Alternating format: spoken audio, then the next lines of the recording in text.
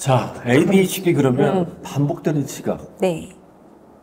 그러니까 그쵸. 뭐 예를 들어서 본인은 오고 싶은데 제 시간에 네네네. 막상 차 키를 놓고 뭐 네. 내려와서 네. 다시 하는지 그런 현상들이 굉장히 두드러진다면서요? 네, 맞습니다. 그렇지만 뭐 늦게 일어나서 지각을 하고 뭐 그런 경우들은 있지만 그것보다 네. 일찍 일어나도 일찍 일어나서 네.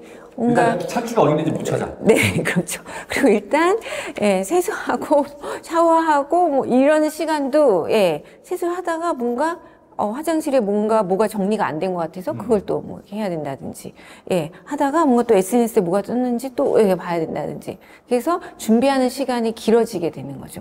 집중을 못 하니까. 네네네. 그리고 뭔가 이렇게 준비를 하다가 자꾸 샛길로 빠지는 거죠. 네. 지하철 탔는데 딴 곳에서 내리기도 하고요. 버스 마찬가지로. 그렇죠. 딴 데 내린다든지 아니면 방향을 반대로 탄다든지 그런 일도 있습니다. 본인이 네. 원해서 그러는 건 아니고. 아, 그럼요. 예. 일종의 증상이고. 네네네. 잠을 또 잘 못 자서 낮에 꼬박꼬박 좋은 경우도 있습니다. 네네. ADHD는 불면증이 같이 동반되는 경우가 굉장히 많습니다. 왜 불면증이죠? 왜냐하면 이게 우리가 잠을 잔다는 것은 긴장 상태에서 이완 상태로 스위치가 꺼져야 되는데 그렇죠. 이게 ADHD인 경우에는 잘 안 되는 경우가 있어요. 뇌에서? 네. 네. 그러다 보니까 잠을 자야 되는데 계속 뭐 다른 생각이 난다든지 각성 상태가 유지가 되는 거죠. 그러다 보니까 잠을 푹 못 자게 되고 그러다 보니 낮에 피곤해서 자꾸 졸게 되고 그러다 보니 또 주위에서는 뭔가 이렇게 게으르다, 이 사람은 뭔가 좀 성의가 없다 이런 또 피드백을 받게 되고 이런 또 스트레스 때문에 또 불안이 많아지고 그러다 보니 잠을 더 못 자게 되고 뭐 이렇게 악순환이 반복이 되는 경우가 많습니다. 네. 특히 직장 생활을 할 때 이 대인관계가 상당히 중요하잖아요. 네네네. 동료나 네네네. 상사나. 근데 서로 얘기를 하다가도 집중을 잘 못하니까 대화의 흐름을 놓치기도 하고 네네네. 또 불쑥 끼어들기도 하고 네네. 그런 것 같더라고요. 맞아요. 네. 그래서 뭔가 이렇게 한 귀로 듣고 한 귀로 흘리고 뭐 이런 경우가 상대방은 많죠. 굉장히 좀 네네네. 힘들겠네요. 네.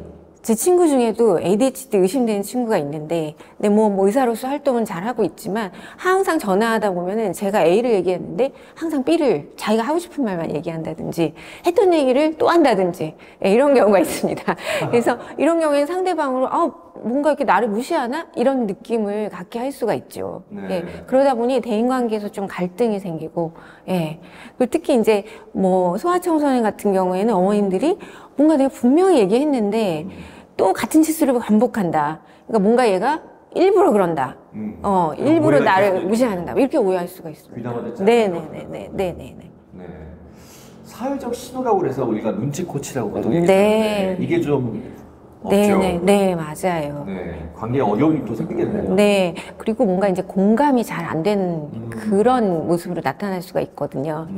그래서 그러다 보니 뭔가 이렇게 대인 관계에서 이게 뭔가 갈등이나 오해의 소지가 있습니다. 자, 이거 특징적입니다. 해야지를 하는데 일을 미뤄요. 그렇죠. 네. 그 미루기야말로 정말 ADHD의 특징적인. 그러니까 해야 될 일인데 네네네. 필요한 일인데. 네네. 그래서 항상 뭔가 마감 시간을 놓치고, 뭐 학생들 같은 경우에는 뭐 몇 시까지 이 숙제나 공부를 마쳐야 되는데 그거를 하지 못하고 이런 경우들이 굉장히 많습니다. 네. 제가 아는 사람은 그 아이들 그 출근이 아니고 뭐죠? 통학버스. 네네. 아침에 딱 네네. 오면 내려가서 기다리고 있다가 타야 되잖아요. 네네네. 아니면 오래 기다릴 수 없으니까. 항상 그걸 놓쳐요. 항상 그걸 놓치고 근데 오히려 화를 내요. 왜 그렇죠. 빨리 그러냐고. 그런 경우는 있어요. 정신이 좀 딴 데에 팔려 있어서 문서 작업을 제대로 못하거나 또 주어진 시간 안에 일을 끝내는 경우가 많지 않다면. 맞습니다. 왜냐하면 주의가 분산이 되는 경우가 많기 때문에 우리가 A라는 어떤 일을 할 때 거기에만 집중을 하고 다른 자극은 우리가 좀 이렇게 걸러내야 되는 뭐 이런 작업들이 필요한데 이게 잘 안 되는 거죠. 그래서 집중을 하다가 옆에 사람이 뭔가 무슨 얘기를 하는 것 같으면 그 궁금해서 또 한번 물어봐야 되고 그런 것 때문에 뭔가 이렇게 주어진 일을 제 시간 안에 이렇게 끝내는 게 쉽지 않습니다. 비슷한 맥락에서 우리가 보통 저는 아침에 출근하면 오늘 해야겠네 메모를 하거든요. 좋은 습관을 계획을 갖고 세워서 있어요. 일을 하는 게 이제 보통 사람들인데 네네. 이게 굉장히 어렵다면서요. 그렇죠. 우리가 전두엽 기능 중에 실행 기능이라는 게 있는데 이게 뭔가 계획을 세우고 조직화하고 이런 기능이거든요. 이게 잘 안 되면은 계획을 세우는 것도 어렵고요. 일의 어떤 우선순위를 매기는 것도 어렵고 그러다 보니까 그런 어려움이 있을 수 있습니다. 지금 말씀하신 걸 들어보면 직장 생활을 하는 사람이 만약 그렇다면 매우 게으른 사람으로 오해를 받을 것 같아요. 그렇죠. 조직 생활, 직장 생활이 힘들 것 같은데. 네, 그렇죠. 그러니까 게으르다 아니면 능력이 없다 뭐 이런 피드백 받을 수 있고 그것 때문에 굉장히 의기소침해지고 위축되는 경우가 있죠. 제가 이 업무가 능력이 좀 떨어진다 그러면 한번 정신건강과 가서 네네네. 측정을 해봐야 되나요? 네, 제 명함 드리겠습니다. 네. 저한테도 오시면 되는데. 네네. 실제로 그런 경우가 많다고 하더라고요. 네, 맞습니다. 직장 생활, 직장인들이 많은 곳에서는 네. 혹시 내가 어떤 문제가 있어서 성인 네네네. 증상이 있어서 네. 업무를 잘 못 마치거나 네. 능력이 좀 떨어지는 게 아닌가 싶어서 정신과에 오는 분들도 계시더라고요. 네네, 네. 맞습니다. 근데 반대로 이제 우리가 뭐 안 좋은 얘기만 했지만 창의력이 굉장히 높아서 사업들이 성공하는 경우도 왕왕 있다고 하더라고요. 네, 맞습니다. 그래서 ADHD의 그런 경우에 이게 또 좋은 쪽으로, 긍정적인 쪽으로 이걸 개발해 나간다면은 또 좋은 결과를 또 얻을 수가 있는데 ADHD가 있는 분들은 굉장히 에너지가 많잖아요. 그러다 보니까 뭔가 어떤 일을 할 때 굉장히 열심히 자기 원하는 꽂히는 거. 할 수도 있고 그 다음에 굉장히 창의적이거든요. 그러니까 그러한 그 창의적인 성향들을 잘 이용을 한다면 좋은 쪽으로도 또 개발해 나갈 수도 있죠. 디즈니사의 창업자 월트 디즈니가 네네네. 사실 성인 ADHD 그때 네네. 진단을 안 했겠지만 네네네. 그런 성향이 많았다고 하더라고요. 네. 그래서 지금 디즈니사가 얼마나 커요.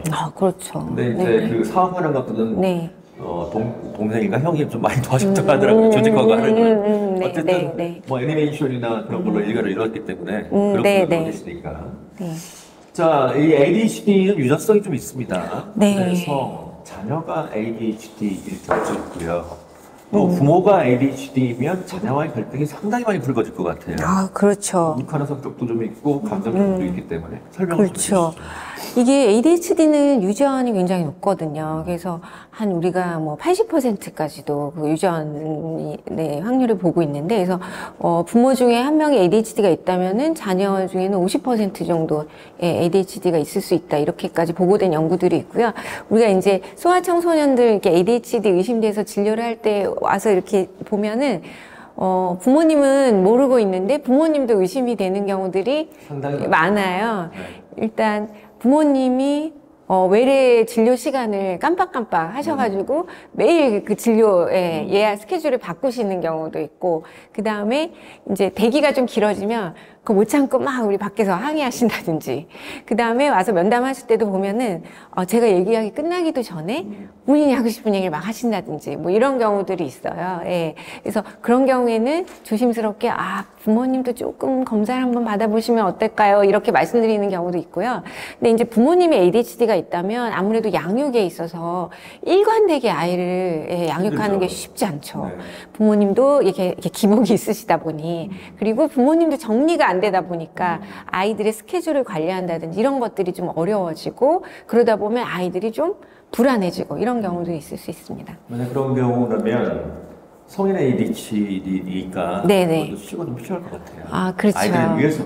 그렇죠. 네. 그래서 그런 경우에는 좀 같이 검사를 받아보시라 하고 권유를 드리는 경우가 있습니다.